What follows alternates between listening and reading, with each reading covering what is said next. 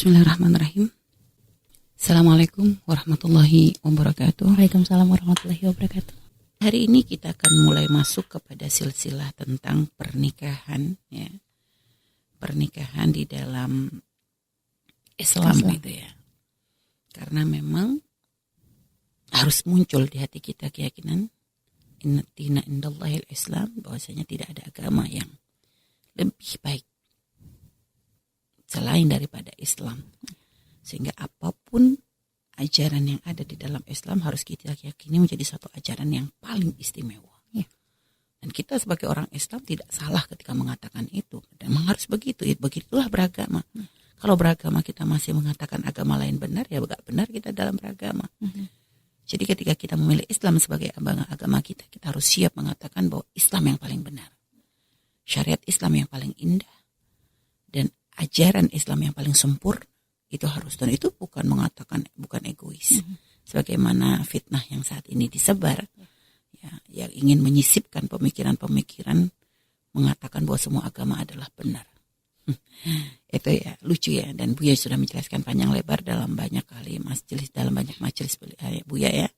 Mungkin bagi para sahabat yang ingin lebih mendengar tentang hal tersebut ya bisa mendengarkan. Tapi di sini kita tidak membahas tentang ke arah sana. Kita lebih fokus kepada tentang masalah pernikahannya.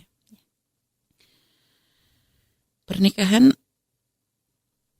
itu kalau memang secara bahasa ya, artinya iqtiranu syai'i itu ya menyatukan sesuatu kepada sesuatu yang lain gitu ya. Adapun kalau secara syariat yaitu akad nikah yang menjadikan halalnya hubungan antara lelaki dan wanita yang dibimbing dalam koridor syara itu ya, artinya yang memang sesuai dengan syariat gitu. Jadi akad nikah yang menjadi sebab halalnya hubungan seorang laki dan wanita itu yang dibimbing dalam koridor syariat. Intinya maknanya secara itu ya, seperti itu secara umum. Adapun apa sih yang menjadikan pernikahan di dalam Islam itu berbeda? Karena pernikahan di dalam Islam itu bukan hanya sekedar bersatunya lelaki dan wanita. Maka tadi kami katakan menjadi sebab halalnya hubungan dalam koridor syariat gitu ya.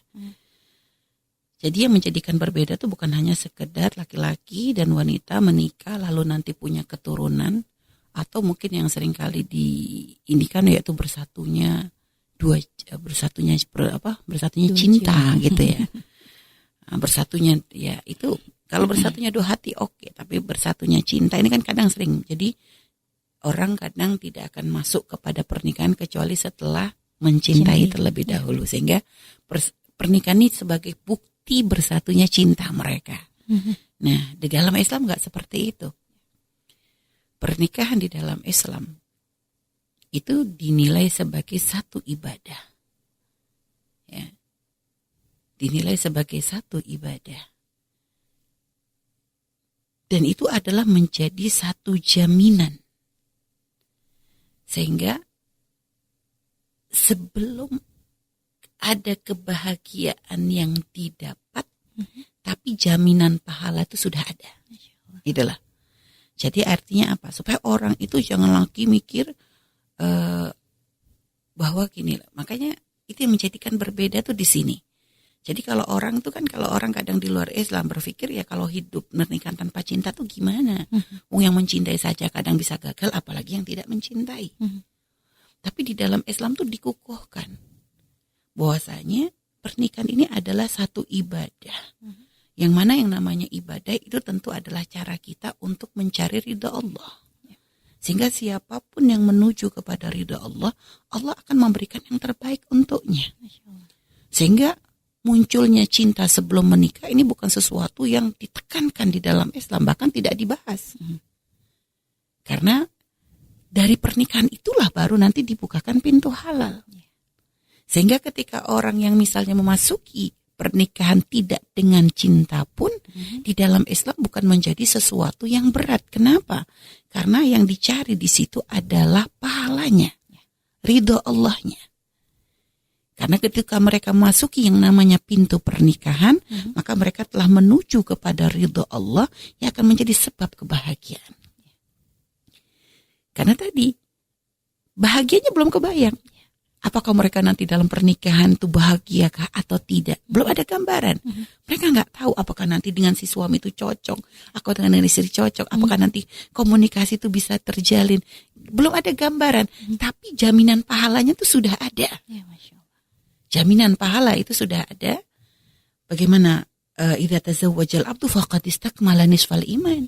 Jika seorang hamba itu menikah, dia telah menyempurnakan separuh agama. Lihat. Ya. Artinya itu kan sudah menjadi motivasi bagi ahli iman, itu motivasi.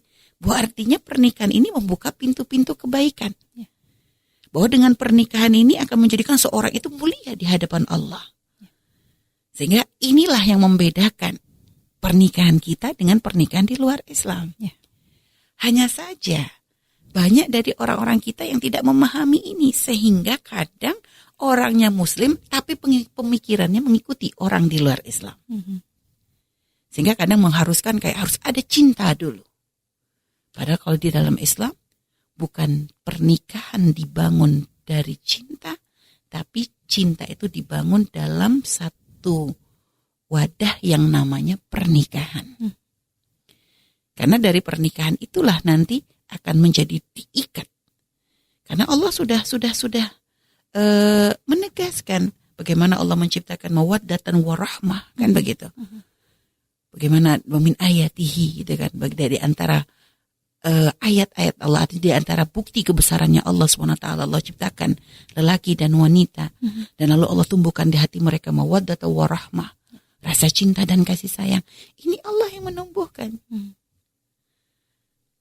Lalu sekarang ada pertanyaan, tapi ada juga kadang pernikahan begitu nggak bahagia gitu loh. Kalau masalah ada bahagia tidak bahagia, ya jangan ngomongin yang nggak cinta. Yang cinta juga yang cerai banyak kok. Yang awalnya katanya cinta lalu tiba-tiba berubah menjadi benci banyak banget. Kenapa kok kita hanya menjadikan contoh yang nggak cinta? Bahkan kita menemukan yang tidak cinta ini buktinya banyak dalam sejarah, hubungan mereka indah. Coba lihat bagaimana kisahnya Rasulullah dengan para istri-istri beliau. Kalau rasa kagum sebelum menikah masih boleh, karena rasa kagum ini artinya memang dalam Islam tuh bukan menafikan bahwa kita langsung nikah tuh kayak udah nikah-nikah aja nggak usah ngeliat. Enggak, dalam Islam masih diajarin kok bahwa dalam pernikahan bukan berarti kita tiba-tiba udah langsung nikah gitu. Enggak, boleh ngelihat, memilih pasangan juga ada aturannya. Setelah itu pun seorang laki-laki pun boleh melihat seperti apa sih wanita yang akan dinikahinya, masih boleh. Karena tapi untuk masalah cinta ini belum. Tapi paling tidak, oh ini mungkin untuk menjadi pasangan. Artinya cinta belum ada, pikiran tuh masih kosong. Sehingga dengan nanti adanya pernikahan, barulah di situ dibangun. Itu menjadikan indah. Jadi bukan kayak istilahnya orang kayak beli kucing dalam karung. Nggak ada. Istri kok dibilang kucing tuh gimana? Nggak ada seperti itu. Ya, jadi di dalam Islam itu malah kita menemukan banyak keindahan. Ya. Artinya benar-benar orang itu membangunnya. Jadi itu di situ menunjukkan bentuk kepasrahan kepada Allah Subhanahu wa taala, bahwa ya Allah, aku tuh menjalankan syariat-Mu dengan menjaga dari keharaman. Kita jaga dari hal-hal yang menjadi muqaddimah zina untuk menuju kepada suatu pintu yang di situ Allah bukakan banyak kebaikan. Faqad istakmala nisfal iman, bayangkan, menyempurnakan separuh agama. Luar biasa. Separuh agama disempurnakan dengan pernikahan. Karena memang itu tadi poin yang paling penting di dalam pernikahan itu adalah makna ibadah. Itu tadi. Itu yang dibesarkan. Ibadah, supaya orang tuh paham. Jadi bukan hanya menjadikan pernikahan itu sebagai bangga-banggaan, aku udah laku. Seperti tadi kata Nadia di awal tuh kan kadang hanya sekedar, ini pokoknya yang lain udah nikah, aku belum. Ini kan nanti dibilang nggak laku, dibilang gak seperti itu. Ya. Nah, jadi setelah kita memahami akan makna ini, gitu ya, maka semuanya itu akan berupaya. Karena sudah dari awal ini makna ibadah ini sudah terpatri di dalam hati dan pikiran kita, sehingga kita pun akan berpikir bahwa untuk memasukinya, artinya proses untuk menuju kepada pernikahan pun semuanya harus jangan sampai menjadikan kita mendapatkan murka dari Allah. Karena tadi ibadah itu adalah bentuk pengabdian kita kepada Allah. Bentuk kita untuk mencari ridho, itu cara kita mencari ridho Allah. Nah, kalau di saat kita punya keinginan untuk mencari ridho Allah, maka jangan dicampur dengan sesuatu yang haram. Makanya orang yang tidak akan mengerti makna pernikahan jika ternyata mohon maaf dia kecelakaan dulu sebelum menikah. Hamil dulu sebelum menikah, dia berarti nggak paham makna pernikahan. Bagaimana dia akan memasuki pernikahan tapi dimulai dengan yang haram. Atau tadi dengan pacaran dulu. Membuka muqaddimah zina. Nah ini. Jadi orang kalau memahami makna ini tuh akan menjadi indah. Jadi dari awal memilih pasangannya dia hati-hati. Lalu dalam menjalaninya pun hati-hati. Maka di dalam Islam tuh khidbah ada. Khidbah sebelum khutbah nikahnya tuh ada. Khidbah dulu, lalu nanti ada khutbah waktu-waktu pas penghalalan. Jadi khidbah tuh memang ada. Setelah seorang laki-laki dan wanita ada merasa kecocokan dari kriteria yang mungkin sudah mereka terapkan, melihat dari sisi, bahkan di dalam Rasulullah mengajarkan seorang laki-laki melihat li jamaliha limaliha, li jamaliha li hasabiha, walidiniha. Fakhtar li dati dini wa ila taribat yadak. Jadi dalam memilih pasangan pun ada kriteria yang diajarkan kok. Nggak salah. Kalau ada orang, boleh nggak sih ngelihat dari wajahnya? Nggak salah. Nabi juga nyebutin kok. Boleh. Karena itu nanti akan menjadi pasangan kita. Minimal kita harus merasakan, mungkin kok saya senang dengan dia gitu. Cinta belum muncul, tapi dia mungkin, kita akan merasa nyaman dengan dia. Jadi jangan dari awal sudah ilfil dulu gitu loh. Artinya sudah ada kagum. Paling tidak, masuk. Kriteria wajahnya masuk kok. Ya gitu. Setelah itu apa? 5 lihat. Boleh aja ngelihat dari hartanya. Ya namanya manusia kok. Ya kita boleh melihat dari sisi itunya. Seorang wanita melihat laki-laki ya paling tidak pekerjaannya. Apakah ini nanti karena kita menikah pun gak hanya modal senang saja. Kita butuh orang yang akan bisa mampu memberikan nafkah. Tapi pun jangan hanya kalap di bagian nafkahnya saja. Harus dilihat kira-kira pekerjaannya halal atau enggak kan gitu. Gak ada masalah, boleh gitu loh. Karena memang Rasulullah pun mengajarkan. Wali hasabiha. Hasab di sini adalah karakternya. Karakternya. Nah, untuk mengetahui karakter ini gak bisa spontan. Tapi nanti mungkin menanyakan kepada orang yang mengerti. Ini sebenarnya pembahasan lain ya. Nanti coba kita sisipkan di sini gitu ya. Karakter itu nanti ada caranya. Untuk mengerti gak bisa secara langsung komunikasi. Karena orang bisa saja berdusta. Harus dengan mengirim utusan. Yang amanah, yang bisa dipercaya. Atau mencoba mencari dengan bertanya kepada orang-orang di sekitarnya seperti apa. Tapi lidiniha memang disebut terakhir. Oleh Rasulullah disebut terakhir, tapi ternyata ditekankan. Fakhtar lidati dini. Walaupun disebutkan awalnya cantik, maharta, ini semua, tapi tetap kata Nabi, pilihlah yang bagus agamanya. Ini pilihan bukan hanya bagi laki-laki, tapi bagi wanita pun memilih suaminya seperti itu. Fakhtar lidati dini. Jadi pilihlah yang kuat agamanya. Karena di situ kalau tidak kita akan rugi. Karena kalau orang yang memang kita menganggap pernikahan sebagai satu ibadah, maka kita harus mencari pasangan yang akan membantu kesempurnaan kita dalam membuka pintu kebaikan tersebut. Karena kan almaru ala dini khalilih ya. Karena Nabi menyebutkan dalam urusan ini secara umum, orang tuh akan mengikuti agama temannya. Kalau kita bergaul dengan teman-teman yang baik, kita kebawa yang baik. Sama kalau kita kumpul dengan teman-teman yang gak baik, akan kebawa juga kita. Coba kita kumpul dengan orang yang suka gosip, kebawa kita akan menggosip. Tapi kita kumpul dengan orang yang senang di majelis, kita pun akan ikut semangat untuk hadir di majelis. Nah, sekarang yang teman paling dekat melebihi pasangan suami istri itu siapa? Gak ada. Hubungan yang paling dekat itu di antara hubungan hamba. Dari yang awalnya 2 orang yang berbeda, gak saling kenal. Ini tidak ada yang bisa mengalahkan hubungan pernikahan. Dari 2 orang yang tidak ada ikatan darah, tapi tiba-tiba menyatu dalam suatu hubungan yang halal, lihat, ini menjadi suatu pertemanan yang paling. Sehingga kalau kita salah, ya berarti kita salah memilih teman. Makanya bagaimana kita akan buka pintu ibadah kalau ternyata teman pasangan kita salah, kan gitu.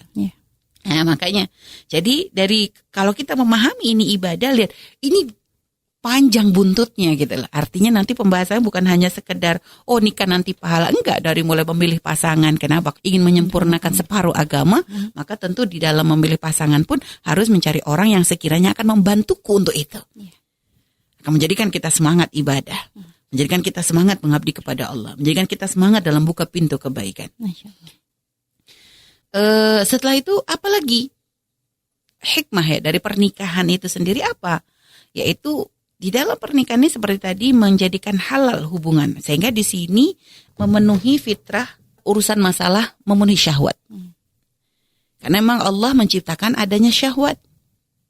Allah menciptakan syahwat. Jadi ada ketertarikan antara laki perempuan. Itu Allah yang menciptakan. Karena memang dibuat laki-laki dan perempuan itu min plus itu ya. Ada setrumnya. Sehingga ada ketertarikan, ada condong. Itu memang Allah yang menciptakan. Dan kadang muncul rada-rada syahwat. Ini Allah yang menciptakan syahwat. Nah, karena Allah yang menciptakan syahwat, maka Allah ciptakan, siapkan juga cara melampiaskannya dengan cara yang halal, yaitu pernikahan tadi. Karena syahwat ada. Tidak dinafikan. Kita mengatakan nggak ada syahwat, dusta. Kalau ini orang nggak normal. Jadi Allah siapkan nih syahwat, tapi di situ Allah ciptakan syahwat, tapi Allah siapkan bagaimana cara melampiaskannya dengan cara yang benar. Sehingga pelampiasan syahwat itu di dalam Islam itu jika dilampiaskannya dengan cara yang benar, yaitu di dalam pernikahan, ada nilai pahala. Makanya waktu itu Nabi sendiri bersabda, wa fi buti ahadikum sadaqah. Ketika Nabi menjelaskan tentang sedekah, begini sedekah, ngangkat sesuatu yang membahayakan di jalan itu sedekah, lalu membantu orang, nah ini ke sedekah. Sampai wa fi buti ahadikum sadaqah. Saat kamu tuh menggauli, ketika seorang di antara kalian tuh menggauli istrinya, yaitu berhubungan dengan istri, itu ada sedekah. Akhirnya sahabat tuh sampai ngomong, mereka tuh takjub gitu ya. Mendengar apa yang disampaikan Nabi itu, mereka berkata, ayati ahaduna syahwatahu wa yakuna lahu fiha ajr. Ya Rasulullah, apa benar kalau kita tuh melampiaskan syahwat juga ada pahalanya? Mereka bertanya begitu. Akhirnya apa kata Nabi? Ara'aitum law wada'a fi haram akana alai fiha wizr? Apakah kalian enggak melihat kalau seandainya syahwat tersebut dilampiaskan kepada yang haram, apakah ada dosanya? Ya iya. Maka dzalika kata Nabi, maka karena itulah idza wada'aha fil halal kana lahu ajr. Makanya ketika mereka menempatkannya pada yang halal, ada pahalanya kata Nabi. Lihat indahnya. Jadi pelampiasan syahwat juga yang ini memang menjadi satu kebutuhan dalam yang memang ada dalam hidup manusia. Yang memang ada seorang laki-laki punya syahwat, seorang wanita punya syahwat, tapi ternyata ketika dilampiaskan kepada sesuatu yang halal, yaitu melalui pintu pernikahan, menjadi satu pahala. Lihat. Jadi ibadah kepada Allah tuh gak urusan masalah sujud, ruku, puasa, tapi pelampiasan syahwat pun asalkan pintunya halal, ada nilai ibadah. Sehingga makanya kenapa disebut istikmalin nisfal iman? Karena ada hal-hal yang awalnya haram, tapi ketika menikah menjadi halal. Lihat, indahnya tuh di situ. Jadi kebaikan itu kayak kayak dijejelin depan mata gitu loh. Itu loh, ini baik, ini baik. Sampai ya makanya jadi pahalanya tuh jadi kayak mendapatkan mencari pahala di dalam yang namanya wadah pernikahan ini, itu kayak dibukakan banget gitu. Sampai urusan yang gak ada urusan dengan ibadah pun syahwat. Ini gak ada urusan dengan kayak sholat ini, tapi ternyata jadi ibadah juga. Luar biasa. Nah, itu termasuk di antara hikmah pernikahan. Lalu setelah itu apa? Di sini juga termasuk melahirkan keturunan yang berguna bagi agama, bangsa, dan negara. Lihat. Islam tuh sangat teliti dalam menyediakan lingkungan yang sehat dalam membesarkan anak-anak.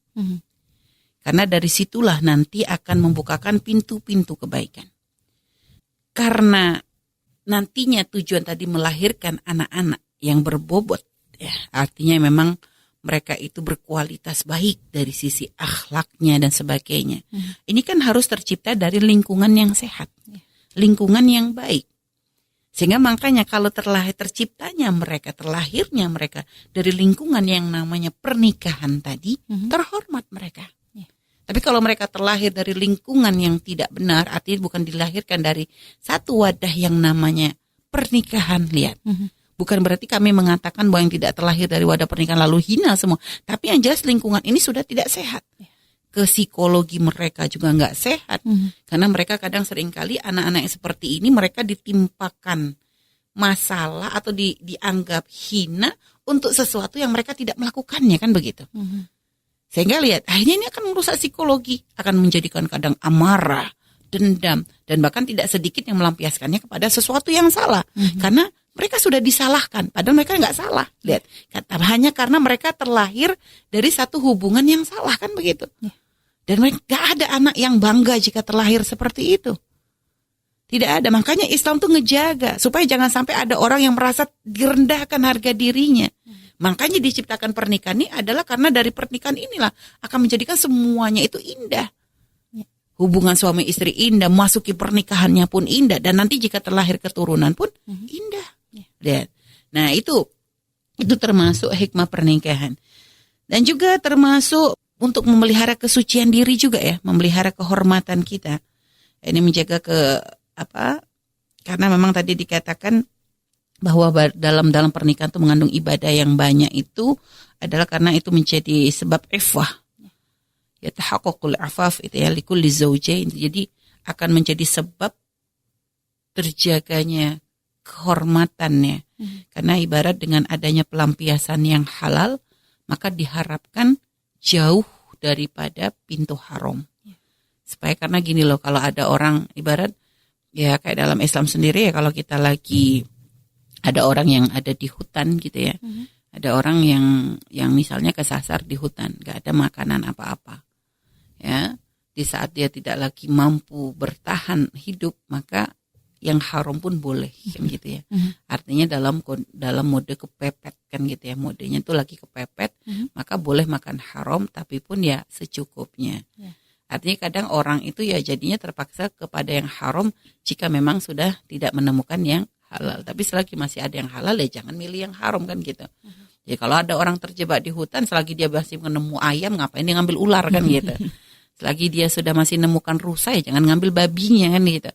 Nah, tapi kalau sudah mepet, yang halal-halal nggak ketemu, sudah nggak ada lagi untuk bertahan hidup, maka yang haram boleh kan gitu. Nah, dalam ini pun dalam masalah hubungan lelaki dan wanita, makanya pun ada pintu haram ada, tapi kan Allah bukakan tadi pintu halal. Sehingga dengan harapan apa? Ketika sudah pintu halal ada, ya sudah cukup dong.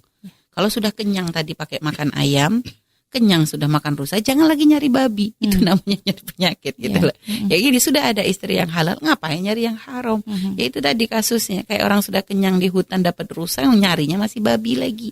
Ya itu namanya orang toma, itu sudah nggak benar lagi. Nah, artinya dengan ini sudah ada pintu halal seperti ini, berarti sudah ada pelampiasan syahwatnya. Sudah ada pelampiasan syahwatnya. Jadi itu pun sudah menjaga akhadulil basar kan begitu. Ini sudah tujuan dari pernikahan ini adalah untuk apa namanya? Untuk keselamatan. Artinya sudah bisa untuk menjaga mata, untuk menjaga jiwa gitu. Jadi itulah artinya supaya orang tuh sudah ibarat kalau sudah kenyang gitu ya. Sudah anteng gitu lah. Artinya kalau orang sudah kenyang itu kan sudah anteng, dia udah nggak akan cari-cari lagi kan gitu. Nah, jadi tujuannya tuh seperti itu. Jadi kan orang tuh kenyang dengan yang halal supaya dia sudah tidak ada kepikiran dengan yang haram. Dan ini akan menjadi sebab keberkahan yang luar biasa. Kalau sudah pintu-pintu haram sudah tidak lagi dilirik karena ada yang halal, ini akan menjadi sebab keberkahan, kebahagiaan, keindahan dan sebagainya. Karena yang namanya yang keharaman itu tentu akan mendatangkan murkanya Allah Subhanahu wa taala. Nah, terus setelah itu apa? Ini juga untuk menjadikan tumbuhnya rasa tanggung jawab ya. Tanggung jawab baik di dalam diri suami ataupun dalam istri gitu ya. Bagi suami mencari nafkah ya, dulu laki-laki cari nafkah sebelum menikah ya, selagi dia mencari yang halal pahala. Tapi ketika dia memberikan adalah untuk istrinya yang telah dihalalkannya dengan menyebut nama Allah, dengan membuat perjanjian dengan Allah, maka nafkah yang diberikan itu, usaha dia untuk mencari nafkah itu seperti orang jihad fisabilillah kan gitu. Jadi luar biasa banget gitu. Gimana nggak dibilang menyempurnakan separuh agama, mencari jihad, mencari yang halal untuk keluarga, supaya nanti keluarganya, istrinya dan anaknya nggak makan yang haram. Itu udah kayak orang jihad kok. Seperti itu, luar biasa. Dan bagi para istri, ketika mereka bisa menjaga kehormatannya, bisa mengabdi kepada suaminya, dan semuanya akan dinilai sebagai pahala. Ya, Jadi kalau ada orang yang ketika menyenangkan dilihat oleh suaminya, ya, dia bisa menjaga kehormatan, ya, menjaga harta dan mohon maaf menjaga kemaluannya, maka inilah wanita-wanita beginilah yang nanti akan menjadi ahli surga. Lihat. Jadi subhanallah, indah ya pernikahan di dalam Islam itu. Jadi bukan hanya yang dicari untuk suami bukan hanya bisa memberikan nafkah, tapi ada plusnya, yaitu mencarikan nafkah yang halal. Karena tadi pernikahan adalah ibadah. Karena ibadah jangan dicampur-campur dengan yang haram. Tapi kalau orang nggak mengerti bahwa pernikahan sebagai ibadah, mencari nafkahnya akan asal. Yang penting cukup untuk anak istri. Pintunya dari mana nggak akan dipikir. Karena dia tidak menyambungkan dengan ibadah. Tapi karena di dalam Islam ini sudah dari awal harga matinya dari pernikahan ini adalah ibadah. Jadi nanti dalam prosesnya pengabdian istri kepada suaminya karena apa? Cari ridho Allah. Nyenengin suami karena di balik itu ada ridho Allah. Seorang suami mencari nafkah untuk istrinya itu pun ada yang diharap apa? Ridhonya Allah juga. Sehingga mencarinya pun dengan dari pintu-pintu yang halal untuk menyempurnakan separuh agama tadi. Nah, inilah adalah gambaran tentang hikmah pernikahan dalam Islam ya, yang sangat luar biasa sekali, yang harus kita yakini sebagai suatu keindahan yang sangat-sangat luar biasa. Dan subhanallah di dalam Islam itu semua permasalahan tuh dari mulai yang paling gede sampai yang paling kecil pun semuanya tuh dibahas. Ada di dalam Islam jawabannya. Makanya bagi kita Muslim dan Muslimah hendaknya kita merasa bangga dan merasa bersyukur karena Allah jadikan kita orang yang mengenal syariat Allah, orang yang mengenal syariatnya Nabi Muhammad SAW. Semoga itulah menjadi sebab kita selamat di dunia dan di akhirat. Allah alam bisawab. Amin amin ya rabbal alamin. Masih ada yang tertinggal rupanya tentang sila-sila pernikahan, masya Allah. Tadi ada yang ketinggalan dari antara hikmah pernikahan. Sebenarnya banyak ya, cuma ini kita ambil yang poin-poin pentingnya saja ya. Termasuk di antaranya itu adalah membangun hubungan silaturahmi yang indah ya. Nah ini juga termasuk hikmah dari pernikahan yang jangan sampai ketinggalan. Artinya pernikahan itu bukan hanya sekedar menjadikan bersatunya lelaki dan wanita. Gak sekedar itu tapi ini membangun silaturahmi yang lebih umum lagi. Kenapa? Karena si lelaki punya keluarga, si wanita punya keluarga. Ada orang tua. Ya, orang tua dari laki-laki, orang tua dari wanita. Diharapkan dengan pernikahan ini akan menjadi pengikat itu semuanya. Yang menikah yang bertemu satu, tapi yang disambung silaturahminya banyak. Keluarga besar kan kita. Keluarga besar. Sehingga di situ makanya jadikan pernikahan itu adalah ladang untuk bisa semakin berbakti kepada orang tua. Jadi jangan sampai menjadi sebab seorang anak dan orang tua itu jauh gara-gara pernikahan ini salah. Apakah itu yang laki atau yang perempuan sama, walaupun memang secara tanggung jawab begitu seorang wanita beralih, tanggung jawabnya pindah kepada si suami. Nah ini loh banyak orang yang salah paham, sehingga mereka banyak yang berpikir ketika sudah berpindah tanggung jawab menjadi berpindah kepada suami, jadi kayak seakan diputus dari orang tuanya. Ini enggak ada, enggak ada seperti itu. Pindah tanggung jawab itu bukan berarti mutus yang sebelumnya. Jadi suami gila kalau sampai ada suami yang gak seneng istrinya dekat sama orang tua. Sama istri yang gila kalau gak suka suaminya dekat sama orang tuanya. Sadar diri dong. Dulu sebelum dengan kamu tuh dia sama siapa pasanganmu tuh? Yang melahirkan, yang ngerawat, yang ngegedein tuh siapa? Sadar. Ini orang-orang yang kadang otaknya gak sadar, egois. Jadi ngerasa ini milikku, suamiku milikku, istriku milikku. Ini gimana sih? Dulu kalau istrimu tuh gak dirawat sama bapak ibunya tuh gimana? Jadi pikir dong. Jadi jangan langsung kayak dilepas, sudah merasa tanggung jawab ini sudah istri harus patuh kepada suami. Emang benar istri patuh kepada suami. Tapi jangan sampai kepatuhannya tuh menyuruh dia lepas dari bapak ibunya. Seorang suami yang baik akan ngajarin istrinya untuk semakin berbakti kepada ibunya setelah pernikahan. Begitupun sebaliknya.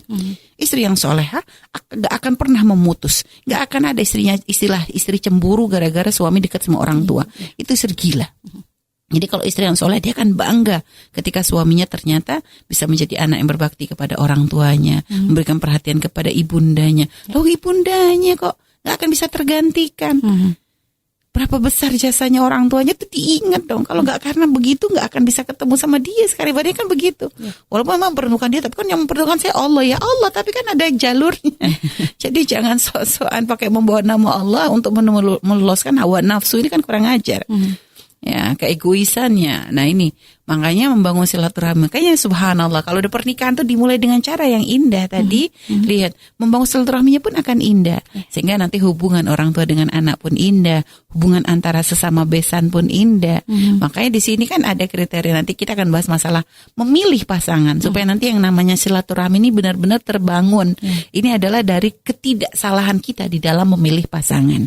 Makanya kalau kita sudah salah dalam memilih pasangan yang tidak diridhoi oleh orang tua kita, ini bukan bangun silaturahmi, memutus silaturahmi. Dan ini kadang banyak terjadi demi cinta. Lah ini mau menuju ibadah, orang bapak ibunya sudah didolimi dulu. Mau dapat ridho Allah dari mana? Tapi kan kadang di film-film begitu, Mi. Kayaknya kalau udah cinta itu sudah kayak, itu kan karena filmnya cuma selesai di situ. Coba dilanjutin tuh gak bahagia. Kalau filmnya ditambah lagi durasinya, itu mah kalau dalam dunia nyata nanti ribut dia. Lawang dengan orang tua yang rawat dia dari kecil aja dia zalim kok. Apalagi sama pasangan yang baru ketemu sebentar, hanya atas nama cinta. Itu sesaat. Kalau cuma gitu mah cinta hawa nafsu itu sesaat. Nanti kalau sudah bosan balik lagi. Bapak ibu yang setulus itu saja ditinggal. Bapak ibu yang berjuang sampai taruhannya nyawa aja ditinggal. Apalagi cuma suami yang hanya ketemu baru berapa saat. Atau istri yang baru bertemu berapa saat. Ya kan gampang banget ditinggalnya. Makanya jangan nikahkan anakmu dengan orang yang durhaka kepada orang tuanya. Jadi jangan sampai anak kita tuh menikah dengan suami yang durhaka kepada orang. Begitupun sebaliknya. Jangan, wahai laki-laki, jangan menikahi wanita yang durhaka kepada orang tuanya. Jika dengan orang yang paling berjasa dalam hidupnya saja dia tidak tahu terima kasih, maka nanti menjadi pasangan pun dia akan zalim. Lihat saja sudah. Itu sudah harga mati. Sehingga makanya subhanallah, jadi pernikahan dalam Islam pun tujuannya adalah untuk membangun silaturahmi yang indah. Jadi seperti itu ya. Baik, Allah alam bisawab.